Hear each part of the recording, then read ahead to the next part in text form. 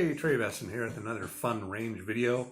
My little intro to the video is, I think it's like manly man stuff in the Northwest, or manly man fun in the Northwest with Trey Veston. Yeah, it's kind of alludes to the non-seriousness of my videos. I'm not a professional, not a tactical ninja guy. I grew up in Idaho shooting. I'm former military, but not tactical stuff. I was a 12 Bravo, then the Army National Guard, and then a aviation structural tech in the U.S. Navy, and I was on a crisis response team in the U.S. Navy on a little top secret base in the Pacific Ocean. Won't tell you where, so then I'd have to kill you. Just kidding. Anyway, yeah, so like guns, grew up in Idaho. My dad was a professional big game hunter, still is. He owned a series of gun shops in Idaho. And so he gave me my first gun when I believe I was 10 or 11. It was a Browning BLR 22, grade 2. Loved it, and I actually wore it out when I got into my 20s, shooting jackrabbits down in southern Idaho. Stepdad was he's retired now. He's chief of police in Idaho town and FBI Academy graduate, and member of the Idaho Post Academy Board of Directors. He's a good guy. Brother's a detective now locally. I do corporate security. I'm changing over. I'm going to be getting out of that because I'm getting burnt out working 12-hour shifts in the graveyard. So I go to a different area of the same company. But anyway, like I'm saying, I'm not a professional. I like guns. I like shooting them. And so my videos are just things that interest me. It's not to sit here and teach you anything. It's just to show you what I'm doing that I enjoy. And so I hope you don't think that I'm trying to say this is the only way you do something, and that all these other ways are better or not as good or whatever, or if I do something that's not quite right, if my fingers are not in the right position. Yeah, I've been to gun sight, I've been to some academies, law enforcement academies, military, but that was like 20 years ago. So anyway, I'm just having fun. So please be gentle. I'm not pretending to be a super smart tactical ninja operator guy. This is one of the few black shirts I own. So, and I don't have any tattoos despite all my military service. So what we're going to do at the range today is something I think is going to be interesting. The big debate about 9mm versus 40 Smith & Wesson recoil. And I haven't seen, I guess there's been some videos, but I haven't seen a video about the new Gen 5 G23 40 Smith & Wesson. Supposedly it has reduced recoil. I happen to own one. It's a great pistol. I've got Dawson precision sights on it. Otherwise, it's stock. Great gun. So recoil on it. I've never been recoil sensitive. I'm sorry, I don't understand a lot of the arguments. The only pistol that I've shot, the only two pistols I've shot that I've actually noticed recoil is the XDS 40. That hurts with defensive loads. I've got a Pacmar sleeve grip on it to help in, and I don't carry it anymore just because it's 6 rounds. And I have a SIG 9mm P365 that has 12 rounds, same size. So there you go. So we're going to shoot the 40, the Gen 5, and we're going to compare it to a Gen 5 G19 9mm and see if we can detect the recoil difference. Now this has a Burris Fast Fire 3 red dot on it, so there's a little bit of extra weight, but not much. I think it'll be close enough that it won't skew the results too much. And we're also going to shoot a Gen 4 G23, and it of course has the thinner slide than the Gen 5. We'll see if you can tell in the camera that there's a bit of difference between those. The Gen 5 is definitely a fatter slide, and because it has more mass, it supposedly reduces recoil. So we'll see. We'll shoot them side by side. Rounds we're going to use, tried to find commercial rounds that are smaller, comparable. Blazer brass, 9mm, 115 grain. That's pretty much the smallest normal commercial loading as far as bullet size.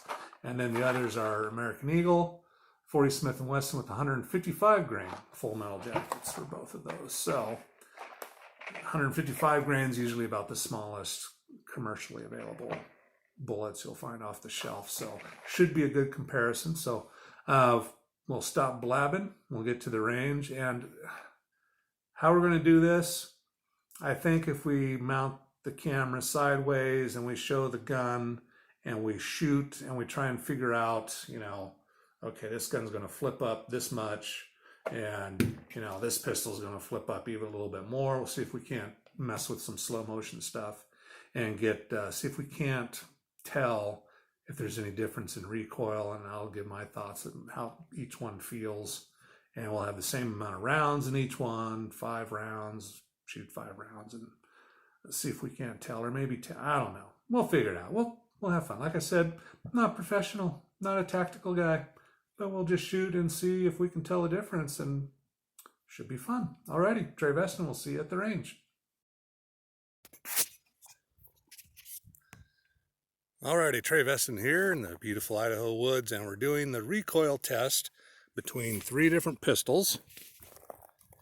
We've got a Gen 5 G23, it's 40 Smith & Wesson, Gen 4 G23, 40 Smith & Wesson, and the G19 Gen 5 MOS.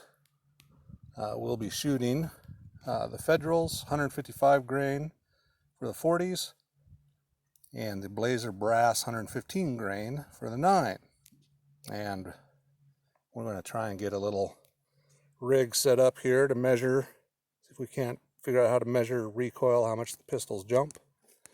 And just I'll promote my book. I actually wrote this a year or so ago. It's a murder mystery, and it's actually pretty good, I've been told. It's available on Amazon, and yep, it's about my main character, Justin Tanner, who's a U.S. Forest Service LEO, and it's a murder mystery, and it's based on where I grew up in Idaho, so it's very interesting. So check it out on Amazon. Just do a search for Trey Veston Courts and pick that up. I think it's free if you've got the Kindle download, and it's like $11 for a paperback. So anyway, let's start shooting.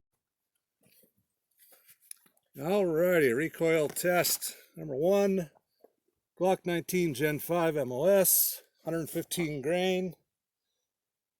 And let's try it again.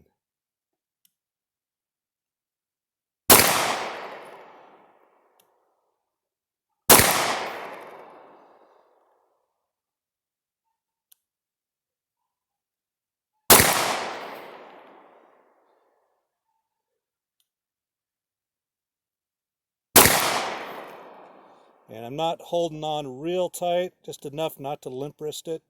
Okay. Now,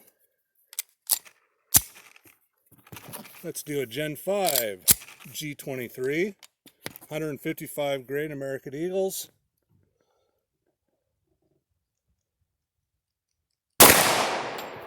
Nope, I think there's going to be more recoil.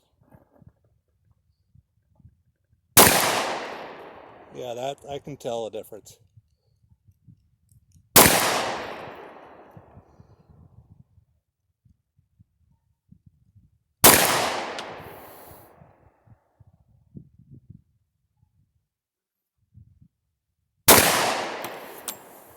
Okay, and we'll see if that reduced the recoil over the Gen 4 G23, which they say it should, but let's find out.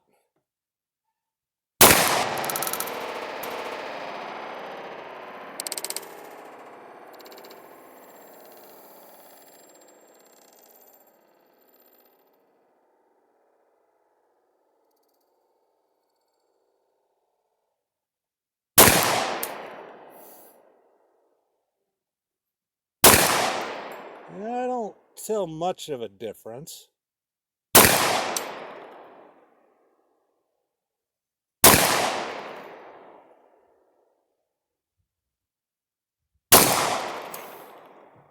Okay, there's 5 shots each.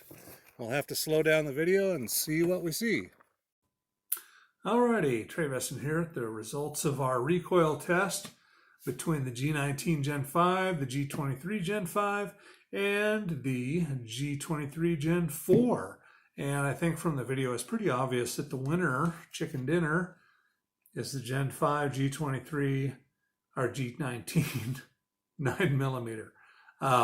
It came up 27.5 inches, and then the G23 Gen 5, it came up at 28.5 inches. So it was a full inch higher in recoil. So it was noticeable, and I felt it. And even though I say I'm not recoil sensitive, I'm really not when I'm shooting these at speed. But when you shoot them one by one, yeah, you can tell a difference. So yeah, this was a full inch higher than that G19.